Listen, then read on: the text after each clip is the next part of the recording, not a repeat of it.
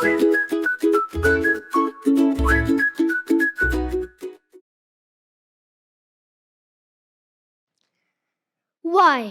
Someone's presence is felt even centuries after centuries.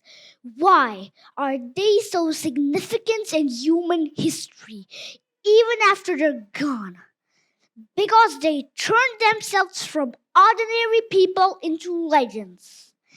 And one such legend I'm going to represent today is my favorite, is a leader, scholar, and finally the chosen king.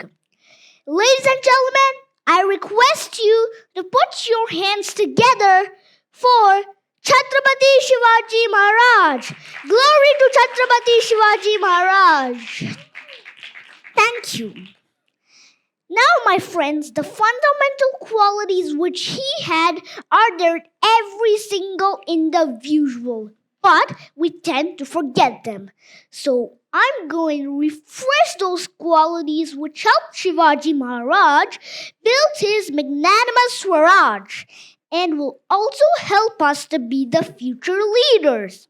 Now, let's focus on his first quality, which is focus itself. At the age of 16, when we are all teenagers, we think about our exams and what career to choose. But Shivaji Maharaj already conquered his first fort named Torna. But how was that even possible at such a young age? Because when the kids of his age were learning swordplay, he was already learning something rare, and he was building his focus. With her focus, he managed to conquer a fort, and that was the first success of his life. Now, my friends, if we want to build focus, we have to practice it each and every single day, because there's no shortcut for focus. Secondly, we have to start early as we can, like Shivaji Maharaj. But in reality, his true power was never the sword, but his true power was his focused mind. And with a focused mind, we don't have to build an empire, but we have to build people's mindsets. And the empire will be built automatically. Now, the second quality of Shivaji Maharaj is patience. Afzal Khan, a mighty commander with his huge army, was marching towards Shivaji Maharaj to destroy him and his precious Swaraj.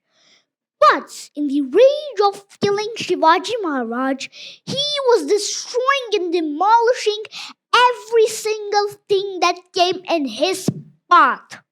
And everybody knew that Afzal Khan would defeat Shivaji Maharaj with the size of his huge army. But in this case, Shivaji Maharaj showed enormous patience by not immediately responding to his provocations. Rather, he chose to wait for the right time, right day, right opportunity, and right place. And finally, on the foothills of Pratapgarh, Shivaji Maharaj knocks down the great commander, Afzal Khan.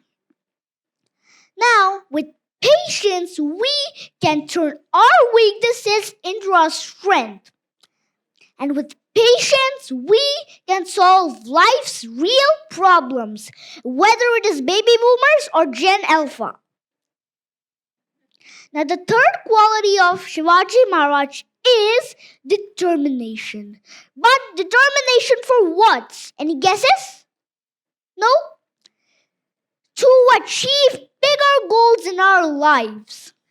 The year 1666 reminds us about the great escape in history when Sambhaji Maharaj and Shivaji Maharaj were imprisoned by the Mughal Emperor Aurangzeb. And everybody knew that it was next to impossible to escape from his imprisonments. But sitting in the darkness, Shivaji Maharaj devised a masterful escape plan in which he escaped in a fruit basket. And his determination and willpower to live free made him escape, led him back to his precious Swaraj. Many times we give up in life, but that's the time when we have to fuel our determination, and our determination will get us through all the hurdles in our life. Now, the fourth and fifth points of Shivaji Maharaj for today are courage and resilience. Everybody knows that courage is not the absence of fear. Instead, courage stands taller despite fear. And we see courage in each of Shivaji Maharaj's heroic stories, as well as he faced many betrayals, wars, political pressure, and impossible situations. Yet, every setback only sharpened his resolve. And one such powerful example of resilience comes from the Treaty of Purandar in 1665.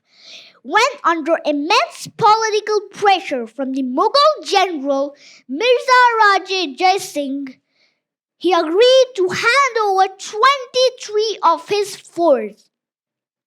Perhaps any leader would accept this as a permanent defeat, but not Shivaji Maharaj. He treated the treaty not as a surrender, but as a strategic pause to compromise and save his people. And what? History proved him right. Within a few years, he regained all his lost forts from military campings or brilliant diplomacy. If Shivaji Maharaj could reclaim all his lost forts, then what is stopping us to get to our bigger goals in life? Is it one failure, one rejection, or one tough phase? It could be any of these. But brave and courageous people like us would choose this as a strategic pause. But why does these heroic stories of Shivaji Maharaj matter to us in this generation? Because today's kids and teenagers are tomorrow's leaders. And if a leader wants to build a society on respect, justice, unity, vision, and humanity, it must, like Swaraj, it must all start with us, my dear friends. Because the world isn't waiting for another follower, but the world is waiting for another Shivaji that lives in all of us. So now, ladies and gentlemen, I request you to put your hands together, this time for the legends living inside you.